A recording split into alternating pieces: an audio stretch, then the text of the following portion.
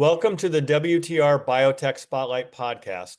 I'm your host, Tim Gerdeman, Vice Chair and Co-founder and Chief Marketing Officer of Water Tower Research. In today's podcast episode, I'm being joined by Oren Hershkovitz, PhD, CEO of Enlivex Therapeutics, NASDAQ ticker symbol ENLV. Enlivex is a clinical stage, next generation immunotherapy company developing Allocetra, a universal off-the-shelf cell therapy designed to reprogram macrophages into the homeostatic state. Also joining us is my WTR Equity Research colleague, Do Kim. Good morning, gentlemen, and thank you for joining today's podcast. Thanks, Tim. Good morning, team. Good morning, Do. Thank you for having me. Yeah, thanks for Excited to be joining. here. Likewise. Oren, could you please tell our listeners about your professional background to kick things off and provide a brief overview of Enlivex's cell therapy platform, please? Sure. So I'm the CEO of Enlivex for the past 6 years. Prior to that, I managed a company called Opco Biologics that was originally founded in Israel as a garage company. I managed that and developed long-acting therapeutic drug. At some stage, we were acquired by Opco Health, a Miami-based pharmaceutical company. After which I became the general manager, and we did the licensing agreement with that a leading asset, a long-acting growth hormone back then. I worked with Pfizer for 5 years with a broad team, led the team in Israel, working with Pfizer, developing the late stage of that asset, and eventually it's commercialized today by Pfizer by the name of Ngenla. It's a long-acting growth hormone for pediatric growth hormone deficiency. So a lot of experience from the business side, from the development side. And in 2019, I rejoined forces with Enlivex current co-founder and executive chairman. And we kind of work together now on developing Allocetra. About Enlivex is a cell therapy company, very unique, very different cell therapy company with a platform technology that is targeting macrophages, and we know how to modulate those very unique cell. It's a completely new modality in treating inflammatory diseases. And by doing that, we're trying to rebalance the immune system. So we're targeting chronic and acute inflammatory diseases. We're in a clinical stage, and we're going to talk about the platform and the company more in details. Great. Thank you for that, Oren. And I'm now going to turn the call over to Do Kim to ask several questions. Thanks, Tim. Oren, thanks for being on the show. You had some recent, pretty interesting phase 1/2 data updated in knee osteoarthritis. But before we talk about that, wanted to start on the platform, and if you could describe the manufacturing process of your cell therapy and how it exactly works to reprogram macrophages. Sure. So maybe I'll start quickly with the beginning. So actually, macrophages are very important immune cells. They are responsible for many different activities, but one of their roles is kind of what we call housekeeping. So they're clear dying cells. At every second in our body, cells are dying, naturally dying. We're not talking about cancer cells, and we're not talking about infected cells. We're talking about normal cells that need to renew themselves. So when they die, they need to be cleared out of the system in a very, very methodical way. Our immune system does not want to recognize those cells as something foreign, right? And attack the cells and so on. So somebody needs to clear them out and be mute about it when they do so. And that's exactly what macrophages are doing. So when we found out, our founder, Professor Mavoa from the Hadassah Hospital in Israel, he found out that macrophages are doing so. He thought, well, we can use that concept of uh, applying a lot of normal dying cells in order to shift inflammatory diseases. And that's exactly what we're doing. We're actually manufacturing normal dying cells. So we take normal mononuclear cells from healthy donors. We kind of expose them to certain conditions, very, very simple, but I think that's the beauty of this technology. And once we do that, they expose what we call eat me signal over the membrane. And then we inject those cells into the patient. and the patient's macrophages identify those dying cells. Just because they identify this universal eat me signal, they engulf them as a result. And consequently, what we have is a reprogramming of those macrophages. They become pro-resolution, anti-inflammatory macrophages, and doing so, they actually bring down the immune system back into homeostasis, what we call a normal state. So that's the technology. We manufacture those cells pretty easily. We don't transfect them. We don't expand them, so it's cost effective. And I think it's a very bright and simple idea. If you're changing the inflammatory environment by conditioning these pro-inflammatory macrophages back into homeostasis, could that ultimately interfere with the natural inflammatory function that these macrophages have against, let's say, pathogens? Do you have potentially permanent changes because of this? Well, actually, no. I think what's the beauty about this is that it kind of relies again. I think maybe people are more aware of the GLP versus insulin, right? So Mhm. insulin will take down your sugar, your blood sugar, regardless of what exactly is the situation, because that's the way it works. But GLP-1 will eventually lead to the fact that only if you have high sugar levels, it brings it down. So it's kind of a more naturally occurring process in that sense. That's more or less what we're doing. We're not inhibiting macrophages activity.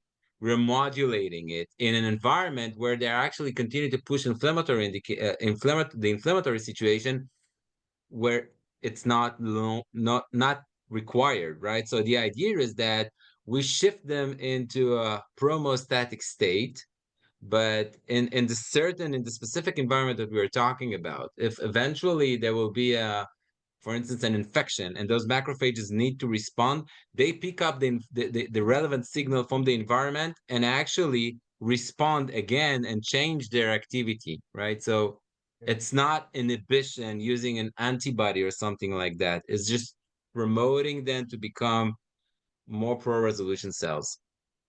So I guess this is why it's more ideal to use a cell therapy rather than attempt to reprogram these macrophages with, like you said, an antibody or a small molecule. Is that an approach that could be taken, but you prefer you not go that course because you could have those potentially dangerous effects? Well, I think the approach is, as you said, I think it's holistic, right? It's, the immune system is such a complex, and definitely, but the pathophysiology of different indications that we're targeting is very, very complex. In some cases, you have the luxury of neutralizing one or two cytokines, and it works pretty good. And for instance, in rheumatoid arthritis, however, in osteoarthritis, for instance, another disease, it's a more complex situation. And just targeting a specific molecule or a specific interaction or specific cytokine is not enough. You need something more holistic. And actually remodeling those macrophages, it's exactly what we're doing, in the sense that it's an holistic approach that allows those macrophages in various ways, right, to shift their phenotype and their activity, and to do so with the rest of the immune system as they change their activity. It's not just a single molecule, a single interaction. And I think that's very, very important, where in diseases where we failed to do so with a very more specific approach. Yeah, that's very interesting. And I know you've run a couple of studies in knee OA and different type of patients, meaning in severity. Could you review the type of patients that have been treated so far and the treatment effect you're seeing, especially the recent phase 1 update that has everyone kind of excited? Sure. So we do have several studies in osteoarthritis. Osteoarthritis can occur, just as a quick background, it's a really serious condition, and one of the most life-debilitating disease. Very, very common. We're talking about 10% of U.S. adults with osteoarthritis, and the most common joint is the knee.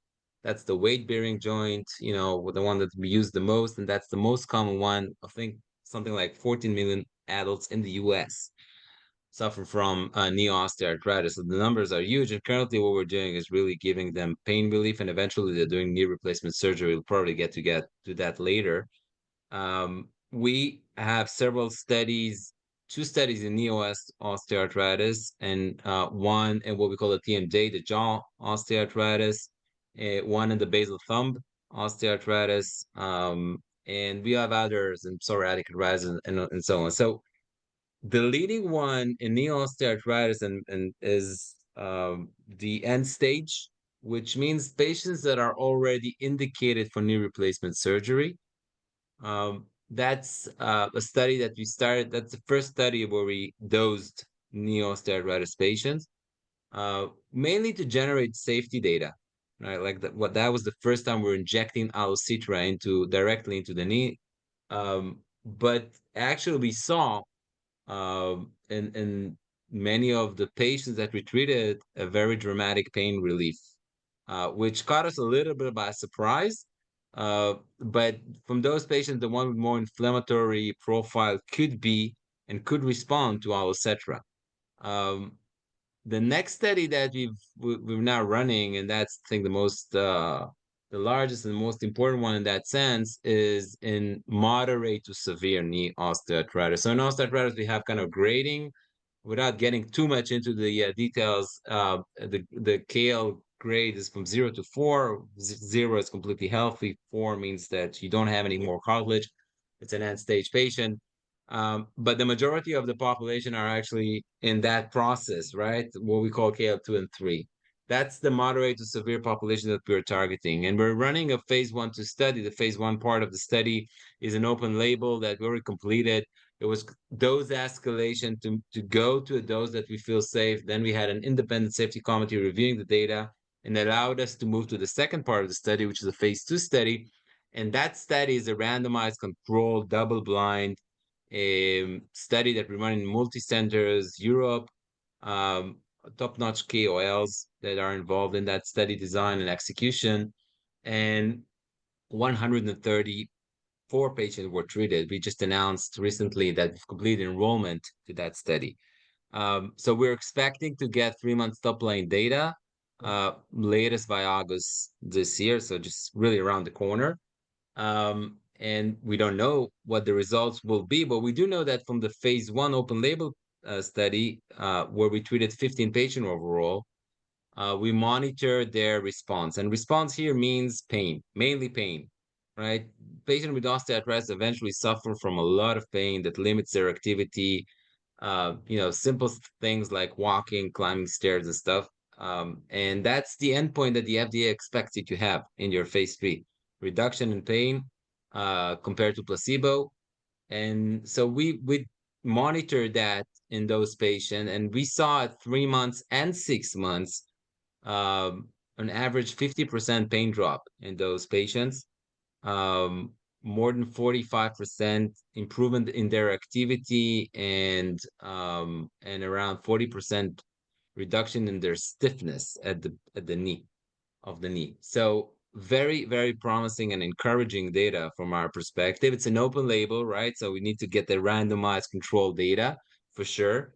But it's a very, very good start. And it's aligned with what we expect, because macrophages play a pivotal role in the development and the chronic state and the progression of osteoarthritis. So in that sense, targeting, these are the main immune cells that are involved in osteoarthritis. So targeting those cells and changing the inflammatory microenvironment could eventually lead to an improvement of the inflammatory component and resulting in a substantial relief in pain. Right. So I think what's kind of unique about your cell therapy is that other cell therapies have attempted to treat knee osteoarthritis and look for disease modifying, but they haven't been able to reduce the pain.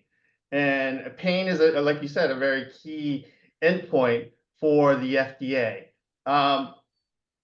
Your goal is it ultimately to be disease modifying in a potential treatment in knee osteoarthritis, or are you just content with lowering the pain and covering what the FDA wants? It's a great question, and the answer is both. As you mentioned, I think that's important for people who are less familiar with osteoarthritis to understand that yes, people are losing their cartilage, and eventually, if they completely lost their cartilage, they have bone over bone, and that's painful. That's a mechanical pain. But actually, most of the pain component comes from the inflammatory component of the disease, right? So and you can, if you inject steroids to those patients, you actually they experience a substantial pain relief, but it takes about 2-3 months, depends on the situation, to get a rebound of that pain, because it doesn't really change the core of the disease. And so what we're doing is actually there's a vicious cycle there, right? The cartilage is degraded, releases pro-inflammatory factors that attract immune cells, mostly a precursor of macrophages that eventually become pro-inflammatory macrophages. They promote inflammation, and that leads to further cartilage degradation. And then you get this, this cycle over and over again. What we're trying to do is really to change that environment by targeting modulating those macrophages. And eventually that could cut off that vicious cycle. So it's not a pain relief. The pain is the consequences of all what I just described, but that's not what we're targeting. It's an indirect effect in that sense. So it is potentially a disease modifying drug, and that's what we're targeting. But whether that will result in cartilage growth, I at this stage we don't know. We really don't know.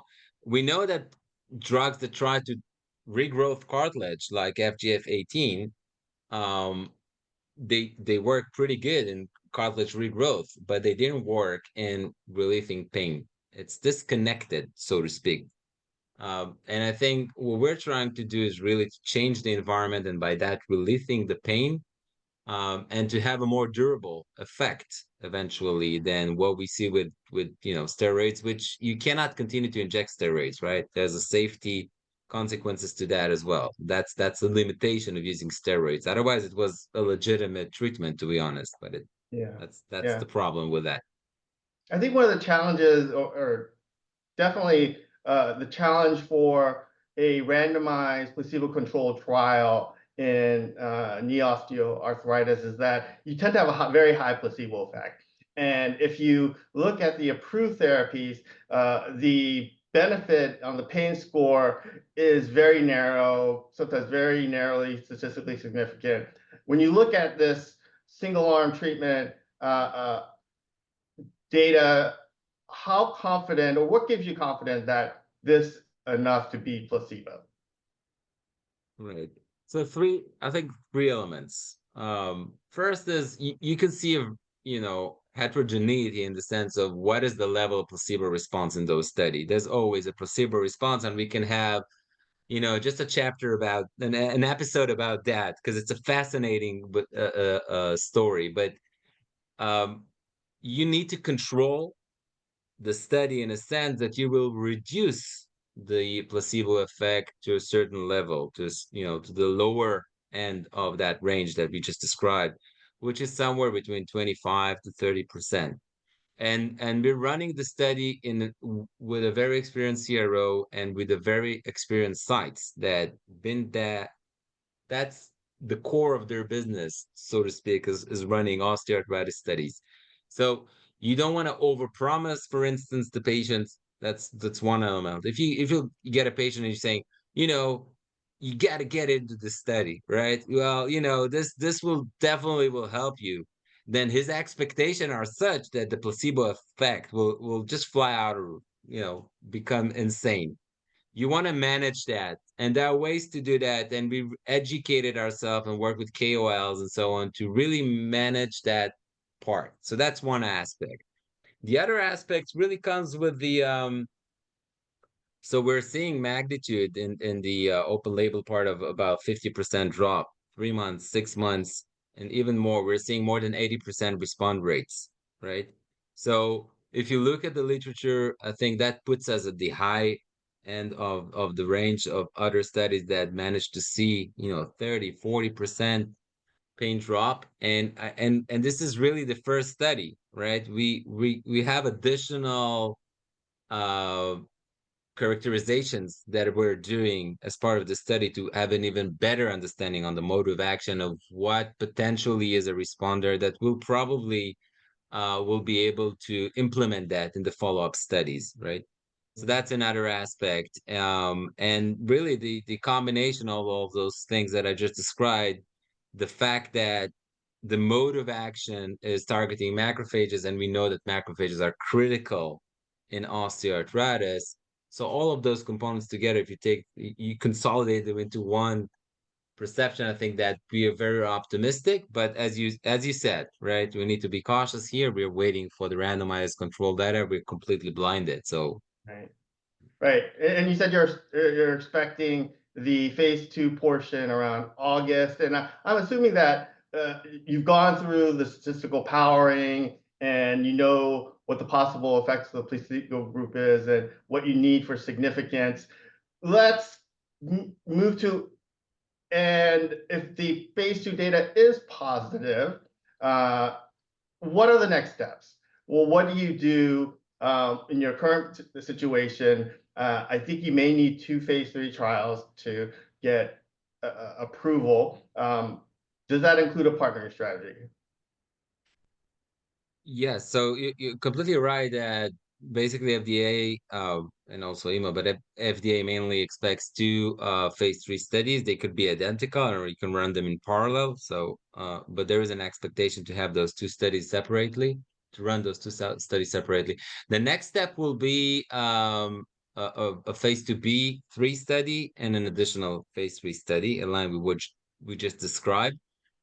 We definitely need, although we currently are well budgeted all the way to the end of 2026 for that study, and we will need to do an additional financing, or potentially to collaborate, right? So that's definitely an option that is on the table.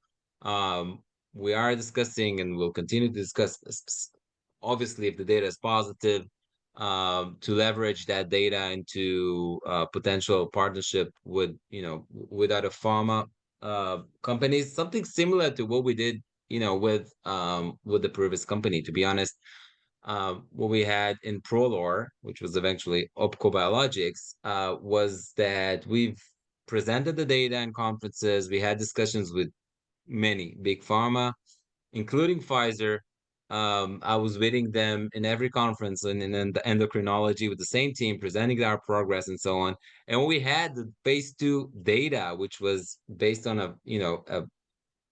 a sizable study, quality data, and good efficacy and safety, that allowed us eventually to mature into a licensing agreement. And I think that's something we're definitely will follow here, if the data is positive.